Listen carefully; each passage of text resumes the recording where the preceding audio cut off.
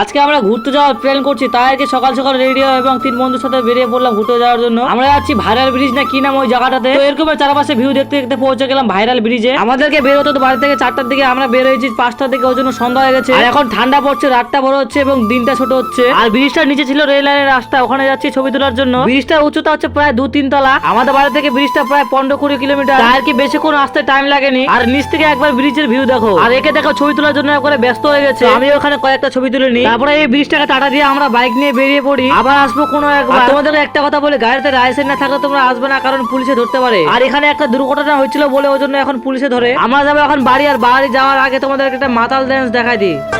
গাড়ি লিব হরেন বাজাবো হরেন পক পক ও হরেন পক পক ও হরেন পক পক